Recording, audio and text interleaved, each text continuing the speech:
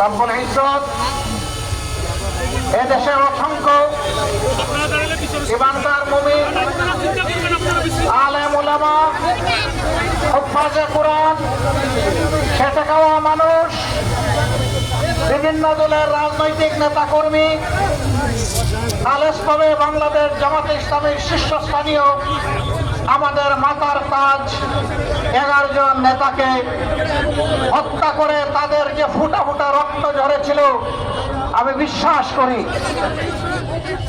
2006 সালের 28 অক্টোবর থেকে শুরু করে 2024 সালের 5 আগস্ট পর্যন্ত অসংখ্য মানুষকে খুন করা হয়েছে, গুম করা হয়েছে, ধর্ম করা হয়েছে। সেই সমস্ত মানুষ যারা নির্মমভাবে নির্যাতিত হয়ে জালেমের হাতে দুনিয়া থেকে বিদায় নিয়েছেন,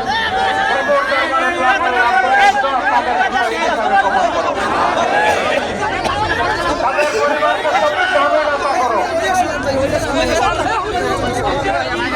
তাদের রেখে দেওয়া আমানত আমাদেরকে বহন করার তৌফিক দান করো। অসংখ্য মানুষ তারা ভঙ্গ হয়েছে, কোটি কোটি মানুষ চোখের পানি ফেলেছে, অতিষ্ঠ জনগণের জীবন স্বস্তিতে মানুষ শ্বাস ফেলতে পারত না, মুখ খুলে কথা বলতে পারত না। সারা বাংলাদেশকে একটা কারাগারে পরিণত করা হয়েছিল, পুরো দেশটাই একটা কারাগার ছিল। দফায় দফায় দেশের দেশপ্রেমিক মানুষ আর ইমানদারদেরকে জেলে নেওয়া হয়েছিল। বিজ্ঞ আলিম উলামার পায়ে পর্যন্ত তারা বেড়ি করাতে কসর করেনি, বেইজ্জত করেছে, এক জেল থেকে আরেক জেলে টানাটানি করেছে। ঢাকায় মেট্রোপলিটন ম্যাজিস্ট্রেটের কারণে একদিন আমাকে নিয়ে আসা হলো হাজিরার জন্য কাশেমপুরের কারাগার থেকে। অন্যদিকে একটা রুমে আমার দৃষ্টি পড়া মাত্র আমি দেখতে পেলাম সফেদ দাড়ি, মাথায় পাগড়ি, চোখে চশমা, হাতে লাঠি, আল্লাহর এক বুজুর্গ বান্দা, তার হাতের মধ্যে হ্যান্ডকাপ, পায়ে তার বেড়ি।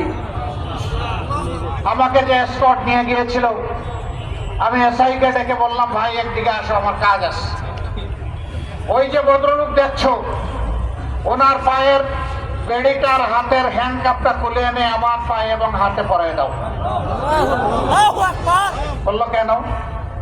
আমি বললাম আমার সহ্য হয় না, আমার দেখে মনে হচ্ছে উনি সম্ভবত হাজারো উস্তাদের উস্তাদ, উনি হয়তো কোরআনের তাফসীর কারক, হয়তোবা উনি একজন শাইখুল হাদিস, হয়তোবা ইনি একজন ফকিহ, অথবা একজন হাফেজ, যার হাতে ছোঁয়ায় অসংখ্য মানুষ জান্নাতের রাস্তা পায়। আমার সহ্য হয় না, তুলে এনে আমার পায়ে করে দাও, উনাকে মুক্তি দাও। বললো আপনার কথায় সরি, আমি এটা পারবো। আমি বললাম তাইলে আমাকে এই রুম থেকে সরায় নাও, উনার থেকে যাতে আমার দৃষ্টি না পড়ে আমাকে অন্য কোনো রুমে নিয়ে যাও। আমাকে রুম থেকে তারা আমার এই অনুরোধ রক্ষা করে সরাই নিল। এরকম একজন দুইজন নয়, হাজার হাজার আলিম উলামাকে কোমরে দড়ি বেঁধেও টানা হয়েছে। আল্লাহর জমিন এগুলা সহ্য করে নাই। আমি বিশ্বাস করি এই সমস্ত লোকদেরকে যখন অপমানিত করা হয়েছে, তখন আল্লাহর আরশ থরথর করে কেঁপে উঠে। আল্লামা দিলওয়ার হোসেন সাঈদী কোরআনের ভাষ্যকার, গোটা দুনিয়া চষে বেড়াতেন মানুষকে আল্লাহর দিকে দাওয়াত দেওয়ার, কোরআনের কথাগুলো মানুষের অন্তরে পৌঁছে দেওয়ার জন্য চেষ্টা করতেন। তাকে জমানার সবচেয়ে নিকৃষ্ট অপবাদ দিয়ে অভিযোগ এনে তাকে তিলে তিলে জেলের ভিতরে হত্যা করা হবে। এইভাবে আমাদের সংগঠনের সাবেক 2 জন আমির, সাবেক সেক্রেটারি জেনারেল, 2 জন অ্যাসিস্ট্যান্ট সেক্রেটারি জেনারেল, 3 জন নায়েবে আমির, 2 জন নির্বাহী পরিষদ সদস্যকে এইভাবে তারা তিলে তিলে খুন করলো। শুধু কি আমাদের এই কয়েকজন দায়িত্বশীল নেতাকেই তারা খুন করেছিলেন? তারা আমাদের অসংখ্য প্রায় 550 সাথীকে এই 24-এর গণ অভ্যুত্থানের আগেই তারা খুন করে ফেলেছিল। এই গণ অভ্যুত্থানে কত লোক খুন হয়েছে আমি বলবো না। আমাকে সাংবাদিক বন্ধুরা অনেক সময় প্রশ্ন করেছেন যে আপনাদের দলের কতজন লোক খুন হয়েছে। আমি বলেছি যারাই খুন হয়েছে সকলেই আমাদের দলের। 18 কোটি মানুষের জন্য বুক চিপিয়ে সংগ্রাম করেছে, গুলি রুখে নিয়েছে, তারা কোনো দলের সম্পদ হতে পারে না, দেশবাসীর সম্পদ। আমরা তাদেরকে আমাদের ইজ্জতের রাখতে চাই। সম্মানিত ভাইয়েরা,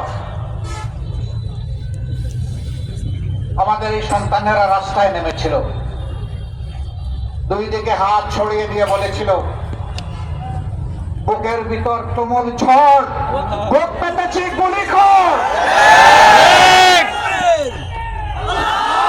কেন আমাদের সন্তানেরা বুকে গুলি করতে বলেছিল? হ্যাঁ, কারণ আছে।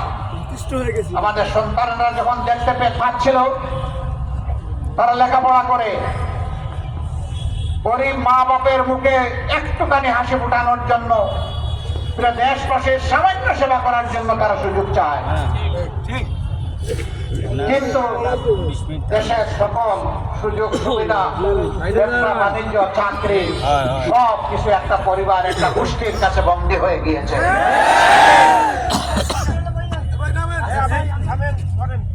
এই দুষ্ট গোষ্ঠীর কাছ থেকে মুক্তি পাওয়া যাচ্ছে না। আপনারা বরিশালবাসীও তার ভুক্তভোগী।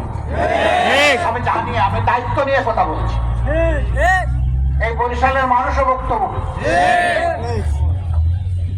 প্রিয় দেশবাসী,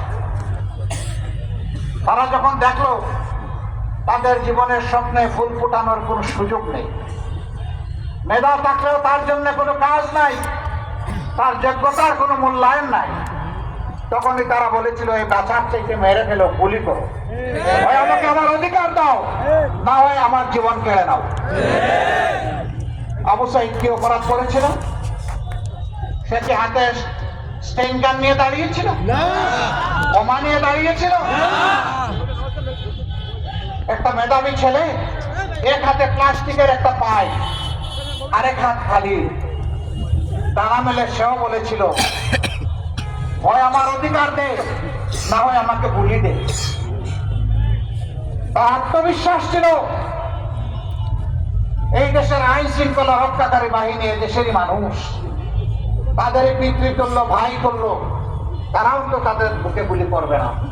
কিন্তু না, পরপর 3টা গুলি তার জীবন প্রদীপ নিভিয়ে দিল।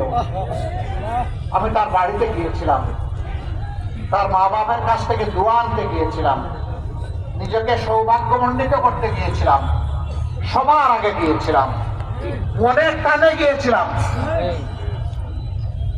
কেন গিয়েছিলাম?